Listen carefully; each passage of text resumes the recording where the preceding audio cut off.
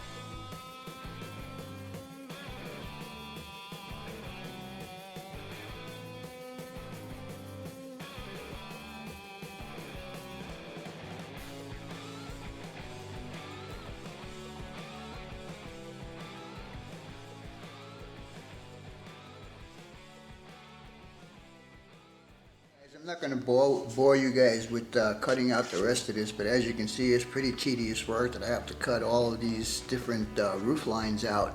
But anyhow, I'll go ahead and finish up cutting this, and I'll mock them up and put them on the layout and show you what it's going to look like.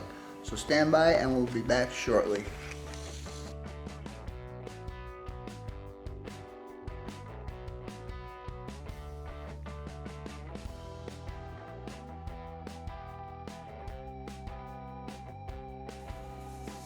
Alright guys, as I had mentioned earlier in this video, in this series, that I was going to be modifying this building. It's going to be a hotel that's in Wickenburg, but it was 4 stories. So the one in town is actually only 2 or 3 stories, so I decided to modify this one. So what I did was I cut out 2 floors and put this together as close to as close to not having a seam as possible. The front is okay, but the sides I'm gonna have to put some sort of a molding there to cover the seam up. But anyhow, that's what it looks like right now.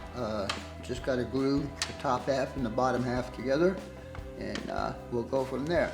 But basically, I think it turned out okay. It's the first time I ever modified a DPM building. It wasn't very hard to do. Just use my razor saw to cut it, and believe me, there was a lot of sanding involved. But I got it pretty close, and I'm pretty happy with the way it looks. The next step is I'll take you out to the layout and show you all the mock-ups that I have done, and we'll go from there. So stay tuned and we'll be right back. Alright guys, this part of the video is going to be for Geno Street, aka Geno Rails 3. One of his questions was, what was I going to do once I come through the wall? Anyhow, that's the wall we're going to come through. On the other side is what I am working on now. And if we come here, I told you that there would be one more major seam, and as you can see, it's going to be pretty mountainous here. But the major seam will be right here. This will be what they call Hell's Canyon. Still need to work on that. And as we continue around, there'll be more mountainous areas, and we'll finally get to the town of Ash Fork. Now in Ash Fork, there's not very much up there, as I mentioned when we did my trip up to that area, but I'm going to put in there a flagstone manufacturing and shipping place. And then we'll continue on here, and basically it would be the end of the line. Now, you asked if I was going to do a return loop. That's an option that I have, but I don't have very much room right here to make the entire loop. I need at least a 15-inch radius. But what I was thinking, and I don't know why this is not focusing. Come on. What I might do up in this area is put a Y, so at least I could turn my locomotives around. I'm not 100% sure. But anyhow, Geno, I hope this answers your question. Right now, this upper level here is just a catch-all, as you can see. But anyhow, we'll get on with the rest of the video here pretty soon. Stay tuned and we'll be right back. Alright guys, we're out here in the train room again, and we're going to start from the roundabout. I don't know if I'm going to actually use this one for the diameter, or if I'm going to use my good old Tupperware top for diameter. I'm going to include pictures of all the stuff that I'm trying to build here, so you guys can get an idea of where I'm going with this. In actuality, this forms almost like a T, and unfortunately, you know, that bad thing that happens to all us modelers is we never have enough room. Anyhow, we're going to go ahead and move around, and what I did here was I extended this piece right here out, and I decided that I want to have all the fronts of the buildings to show, because when you guys see the pictures, you'll see what I'm talking about. There's a lot of detail on the front. Mostly all the buildings have awnings. I also reversed these the way they're supposed to be. The hotel is supposed to be on this side and vice versa. Anyhow, we'll head on back down the street, and here are my mock-ups. As you can see, this is going to be Nana's, and you'll see this building here is all stone front and up to the sides, and it's got this little water tank on there that I intend to be putting on there. and then we'll move over to this one here, and I'm going to make all of these buildings, these ones and these ones, about another inch wider, because the delivery place has actually 2 more stores that are down the street here, so I need to adjust them to make them bigger. Anyhow, like I said in the very beginning of the series, I really am not putting all of these buildings where they're supposed to be, only because I don't have enough room, and second, I would like to see all the fronts of these buildings because they're pretty cool to look at. Anyhow, I think that's going to be it for now. Maybe I'll put some of these backdrops up here to give it a little bit more depth. And then the second reason why I put the hotel on this side is so it don't totally block the view down there. Now, Eric Hall, you are correct. This is over where my intermodal yard used to be and is now occupied by my ethanol plant. For me, I don't have a problem seeing down here. For you, with your altitude, I think you might have a little bit of a problem seeing down there. But like I said, you gotta do what you gotta do. I really don't want to put a hinge on there, only because I'm attached here, and that would create a whole bunch more work for me to do. So anyhow, again, I think that's going to be it for this video. The next video I will be doing will be track work, because I can't go any further with scenery or anything until I get the track work done. And that would be all this stuff back here. It's got to be all connected and wired up, and I might do a small op session for further zoning when I get that done. So we'll see how that goes. Anyhow, again, thanks for watching, and as always, your questions, comments, and input are always welcome. For now, that's all, folks. BNSF 6951 out.